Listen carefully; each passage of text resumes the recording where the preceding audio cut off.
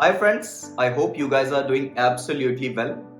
I am Sushil from SBNRI and your Indian friend. As you know that as SBNRI we are trying a lot to help NRIs with their banking, with investment, with real estate. There are more than 1 million NRI investors who make their investments in India every year. Now there is a reason why NRIs, PIOs or OCIs does their investment in India. And the reason is better returns than any other country. And one thing that is there in the mind of many of them is they might think of coming back to India. Or if needed, they can use this money in whichever country they are situated. There is a common thing also. Before making any investments, you need to understand how you can do it as an NRI because the rules, regulations, compliance are completely different. Most common asset in which is most preferred is mutual fund and stocks. So if you have to make any investment in the mutual fund, then you need to go through the KYC process, which I already had explained. If you missed that video, I'm putting the link in description so you can take a look if you want. Talking of Indian stock markets, for NRIs, there is a guideline established by RBI, which every NRI has to follow. So by staying out of India, if you want to make any investment in the Indian stock markets, then you can do it using two accounts, either your NRE account or NRO account.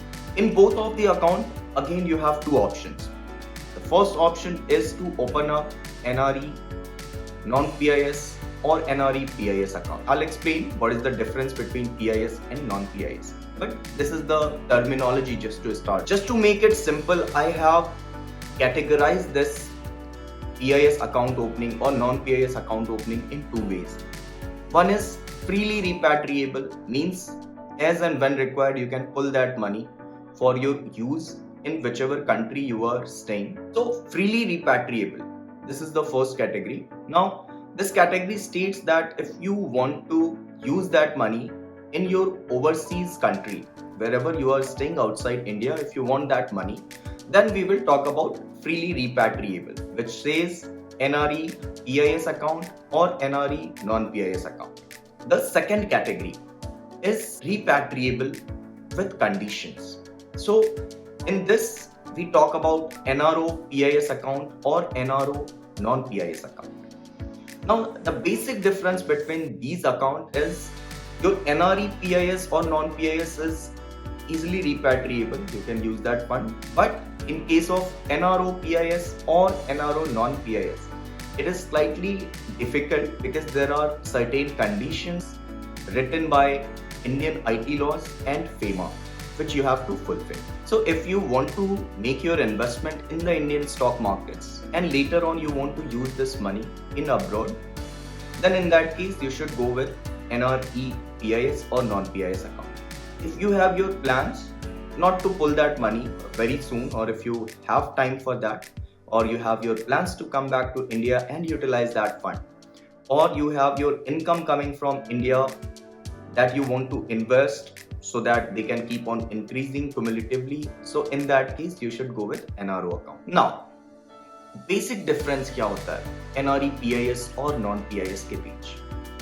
तो NRE PIS account के लिए आपको PIS letter की जरूरत पड़ती है। मैं इसका प्रोसेस भी आपको बता दूंगा अभी नेक्स्ट 2-3 मिनट में कि वो क्या प्रोसेस होता है, कैसे आप एक्सट्रैक्ट कर सकते हो इस PIS लेटर।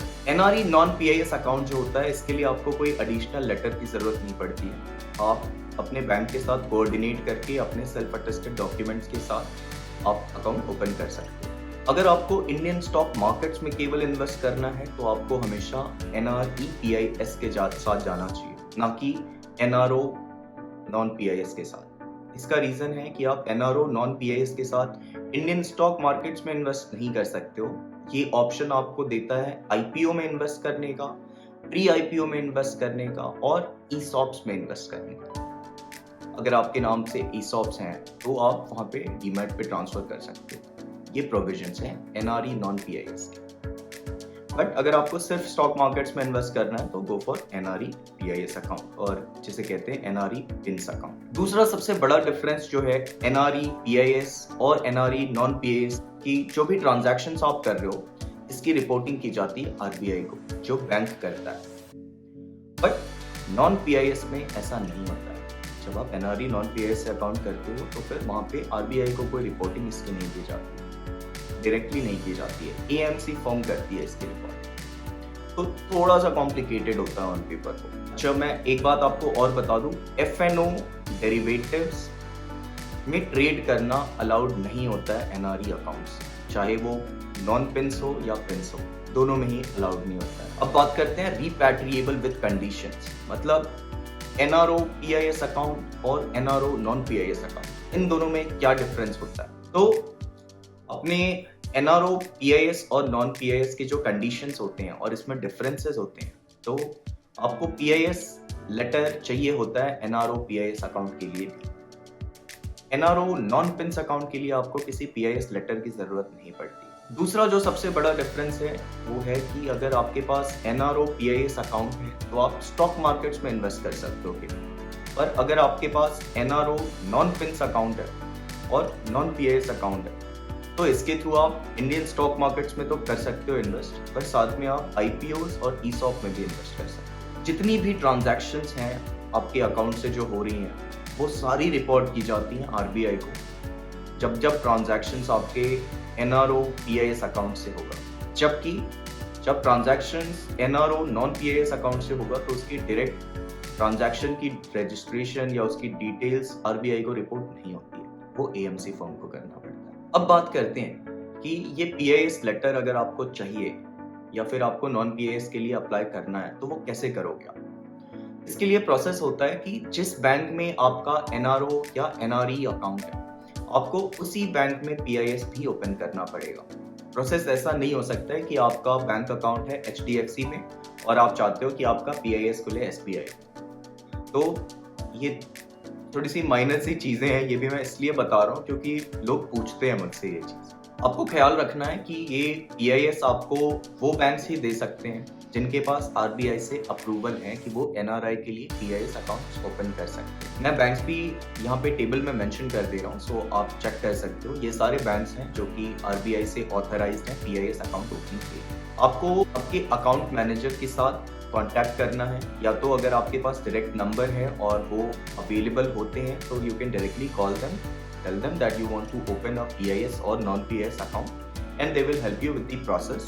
सिंपल एक उसकी फॉर्म होती है और उसके साथ आपको 3 सेल्फ अटेस्टेड डॉक्यूमेंट्स देने होते हैं, आपका एड्रेस प्रूफ इंडिया का और ओवरसीज, आपका पैन कार्ड और आपके बैंक अकाउंट डिटेल्स आपको ये बताने होते हैं उन्हें, और उसके बेसिस पे वो आपकी अकाउंट ओपनिंग प्रोसेस स्टार्ट कर देते हैं। अगर आपका ऑलरेडी अकाउंट ओपन है तो ये प्रोसेस ज़्यादा टाइम नहीं लेगा, बट डिपेंडिंग कि कौन सा बैंक है और कितने ज़्यादा लोग हेल्पफुल हैं आपके लिए वहाँ। कुछ बैंक्स ऐसे भी हैं जो एम्बेसी अटेस्टेशन चाहते हैं in case of PIS, so that's why मैं कह रहा हूँ कि ये स्टेप लेने से पहले आप एक बार अपने बैंक से कंफर्म कर लो, अपने अकाउंट मैनेजर से बात कर लो और उसके बेसिस पे आप अपना स्टेप लेना। अगर आपको लगता है कि वो बैंक थोड़े कोऑपरेटिव नहीं है और काफ़ी टाइम लेने वाले हैं आपका अकाउंट ओपनिंग प्रोसेस के लिए, तो इस केस में आप किसी दूसरे बैंक से बात कर सकते हो। If you have any specific questions on opening of Demat and trading account, you can simply write us below. I will try my best to answer all your questions. Thanks a lot and take care.